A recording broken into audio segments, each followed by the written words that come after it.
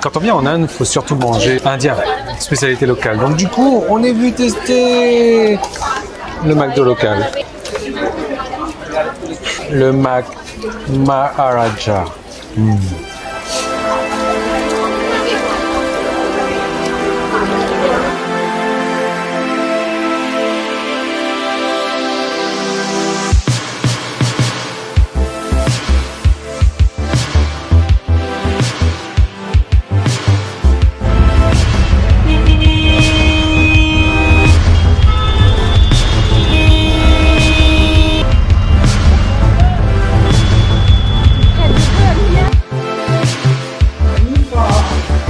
Le Mac Maharaja, je suis blindé par contre. Alors on a essayé de prendre le métro ce matin pour venir à Delhi, mais franchement la file indienne, la queue indienne, je sais pas trop comment est-ce qu'on dit, je sais pas c'est qui le con qui a inventé ça, ça n'existe pas ici, mais putain les gars, ils savent pas se faire une file, il n'y a aucune politesse. Honnêtement là, il y a vraiment aucune politesse.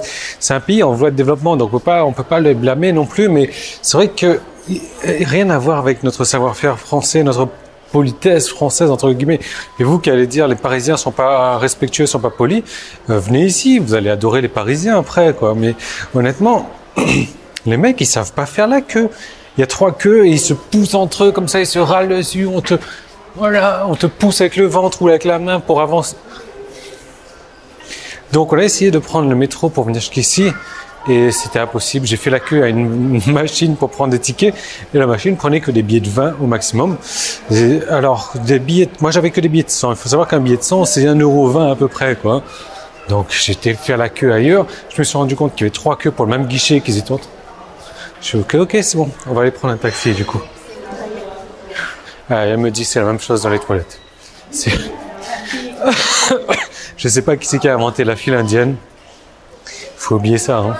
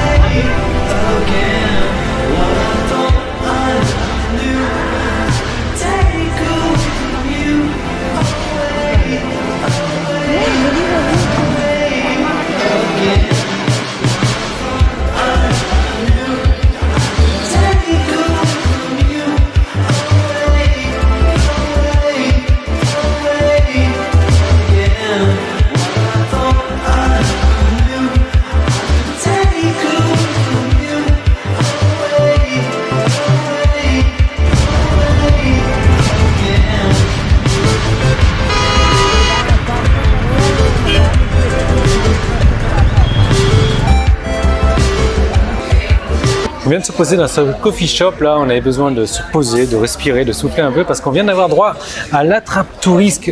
L'attrape-touriste, pas touriste, et ouais, c'était un peu risqué d'ailleurs. Il faut que je vous raconte ça. En fait, c'est le truc vachement bien organisé quand j'y repense en fait. Parce que sur le coup, on se laisse un petit peu mener en bateau comme ça et c'est complètement hallucinant. C'est vachement bien ficelé. Comme je vous avais dit, moi j'avais pas lu du tout ce qui se passe sur internet ici, je sais pas, j'ai fait confiance à Cobb et c'est entièrement 100% de ma faute parce que Cobb elle a un espèce de 6e sens, elle me dit non, non, non. Et moi, j'avais envie d'y croire et je me suis fait avoir, bien comme il faut. Donc, alors en gros, on était dans un espèce de bazar, dans un marché comme ça, avec des petits stands dehors, on marchait là-bas. On est arrivé presque sur la fin. Et là, on est en train de chercher un petit peu notre chemin. Il y a un gars qui nous accoste, donc bien sapé, il nous dit « Ouais, je suis pas du coin. Qu'est-ce que vous cherchez ?» Je dis « Ouais, on cherche un petit peu ce genre de marché là. » Il nous dit « Ah, mais dans ce cas-là, il y a un super marché qui est là-bas. Donc, bon, je vous emmène pas, je vous indique juste le chemin. » Ok, pas de problème, il nous indique juste le chemin. Je suis pas d'ici, je connais un petit peu le coin parce que je tourne ici. Donc, je vous indique un tuk-tuk, un petit taxi comme ça pour vous emmener. Ça va pas vous coûter plus de 20 roupies. Ce qui est complètement hallucinant parce que 20 roupies, j'ai jamais eu ça à payer. Peu importe la distance, même pour faire 10 mètres, ils vous demandent pas 20 roupies. Mais ça, c'est après coup que j'y pense. Donc, je lui dis non, mais c'est bon, nous, on va marcher parce que de toute manière, on aime bien marcher, ça nous fait l'exercice, puis ça nous permet de voir des choses qu'on ne voit pas quand on est dans un taxi. Donc on commence à marcher, et là on lui dit merci, ok, il s'en va, donc nous on s'en va, on prend notre direction. Il ne va pas dans la même direction. Donc on marche sur la route, il y a quelques petits stands, quelques petits marchés, comme ça on s'arrête. Et là, pareil, donc il nous a dit vous montez 3 rues et vous partez sur la gauche. Donc je commence à compter, première rue, et là j'ai un autre mec qui m'accoste, commence à discuter avec moi, ouais, d'où est-ce que tu viens, etc. Où est-ce que vous allez?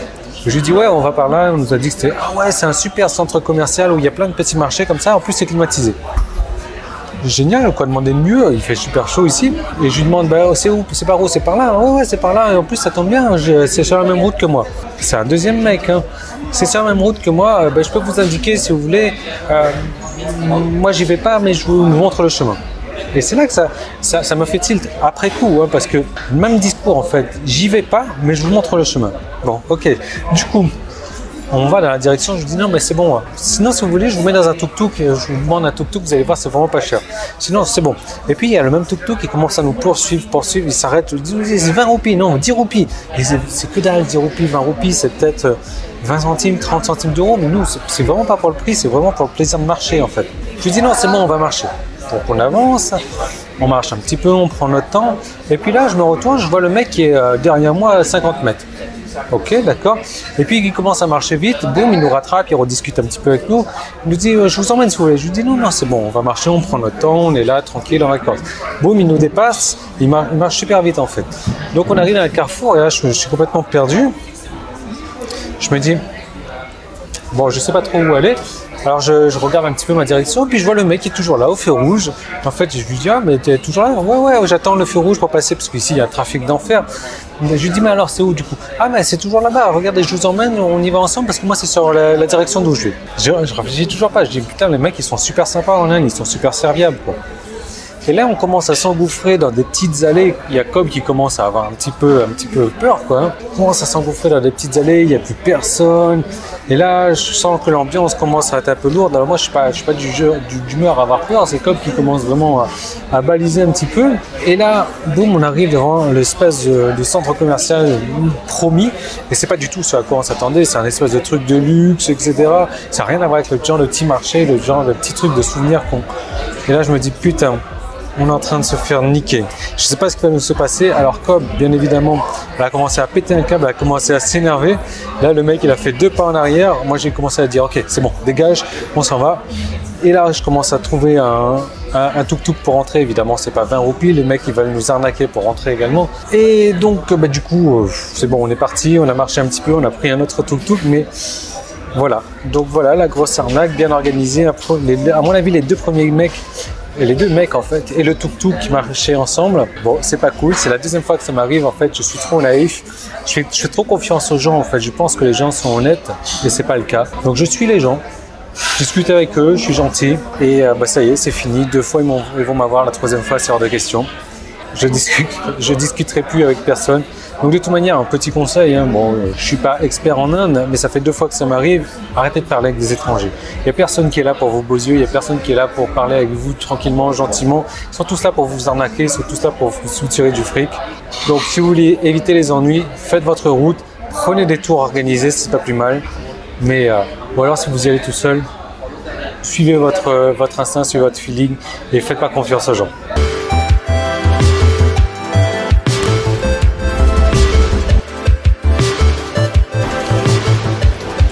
Ah oui, quelque chose que j'ai oublié de préciser. En Inde, quand vous voyez un prix affiché, mettez toujours 30% de plus. Ouais, je suis un extraterrestre, regardez. Voilà, hop. Donc mettez toujours 30% de plus parce qu'il y a les taxes de service, la TVA, les taxes parce que vous n'habitez pas. Vous trouverez toujours des taxes à vous mettre dessus. Donc là, direction le métro, on a eu la bonne idée d'y aller en milieu d'après-midi quand il n'y avait personne, donc pas de queue à faire pour acheter nos tickets. On verra. Voilà les tickets, ça ressemble à ça, un peu comme à Bangkok d'ailleurs. On verra s'il y a du monde.